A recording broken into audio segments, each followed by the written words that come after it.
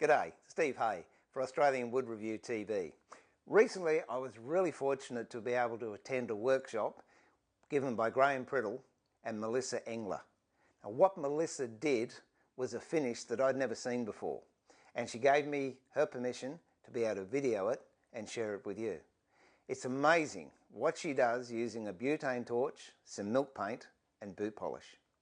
So please enjoy this video, and I apologise in advance if the sound quality isn't what it should be. We did experience a couple of technical difficulties that day.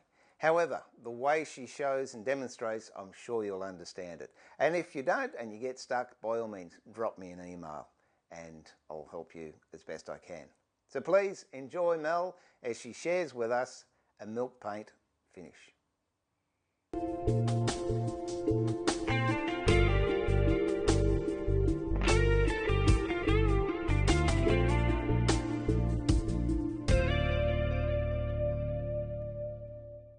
But milk paint seems to really do that nicely. It's actually a really old paint. They used to use it on like barns and things like this. Probably here, they definitely did in the States. Windsor chairs were sort of classically finished in milk paint. And part of what happens is, like, over time, it just kind of being rubbed or being weathered, it gets this really gorgeous kind of fade through. So if we want to migrate over here, I'll show you the torching part. Is it torches away more of the soft grain than it does the hard grain. It's kind of like sandblasting. From black paint, it's never quite the same as this sort of burnt browny look, and I really like that. So.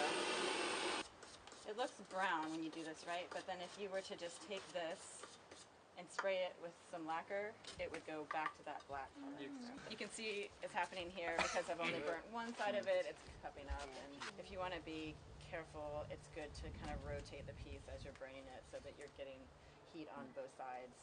With milk paint, you can actually just put a couple of layers on, relatively thick, and it will burnish up to this sort of shine. It almost looks like porcelain or ceramic or something, and you can get that just with 4-0 steel wool. Just burnish it. There's a quality about the milk paint that does that, and that's something you can't get really with acrylics or anything else, so kind of cool. Buttermilk consistency is about right. If I put this on without thinning it out, it could crack while it's drying.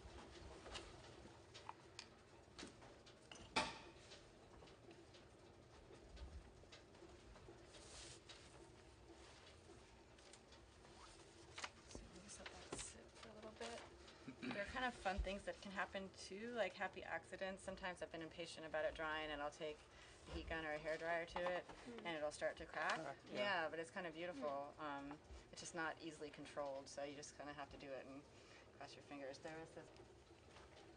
there's a few things about milk paint that are sort of just rules.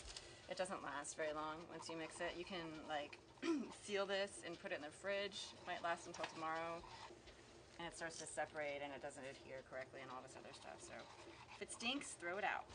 And the same thing for like keeping the dry pigment. It'll start to oxidize just basically once you open the package. And so, I mean, I think even on the instructions it says like don't keep it around for more than a year. Okay, that's getting closer. Close enough. It's still got some lumps in it. If it sits here for a while and you keep stirring it, most of those lumps will go away. For this stuff, it doesn't even matter. I'll put it on there with all kinds of lumps in it, and I'm just sanding it back off so those lumps come off when I sand it.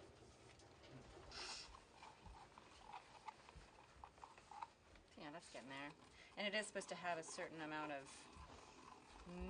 mixing slash just sitting there time before it's the casein and lime that have a chemical reaction that basically creates the bond.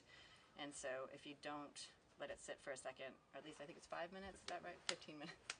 Wishful thinking.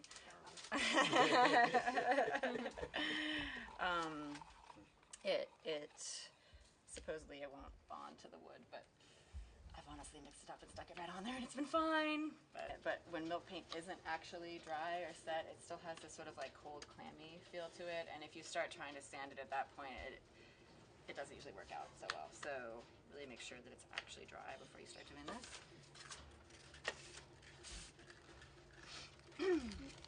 And you should really be wearing a respirator, some sort of fine dust mask for this sort of stuff. Really hard to talk with one on, so I'm not going to do it right now, but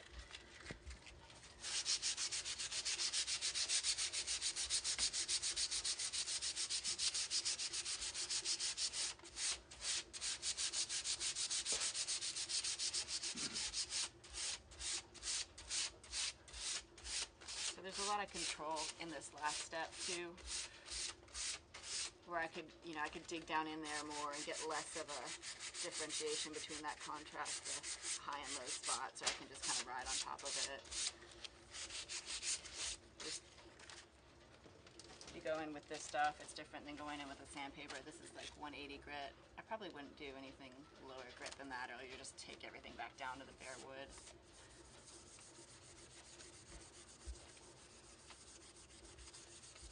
So this pad kind of sort of starts to do that burnishing thing if you really like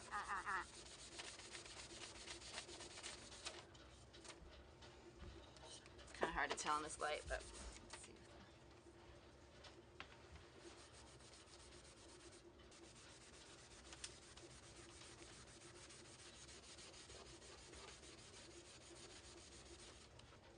Black shoe polish, sometimes it takes it a little bit farther than I want it to go. So try to be ginger.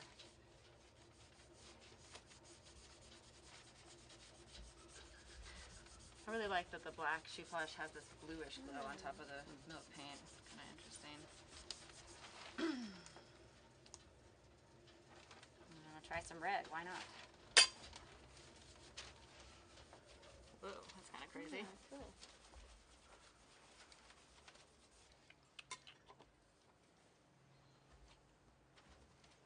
So once that dries a little bit, we can polish that back too, and you'll get pretty much the same effect that you would with just the burnishing with steel wool. Cut that into segments for you. Oh, thank you.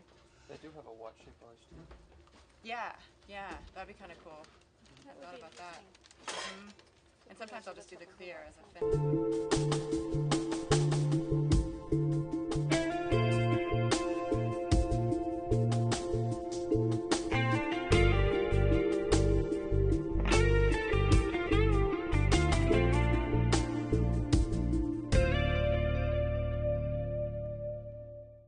Well, that was amazing. I hope you enjoyed it as much as I did actually experiencing it firsthand.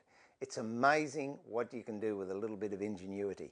I've already got some projects in mind that I'm going to use that finish on. I hope you do too. And by the way, if there are any projects you would like to have put on video for Australian Wood Review TV, drop them a line and we'll see what we can do. But for now, Steve Hay pulling the shed door down and saying, remember to keep it sharp, but more importantly, keep it safe and enjoy your woodwork.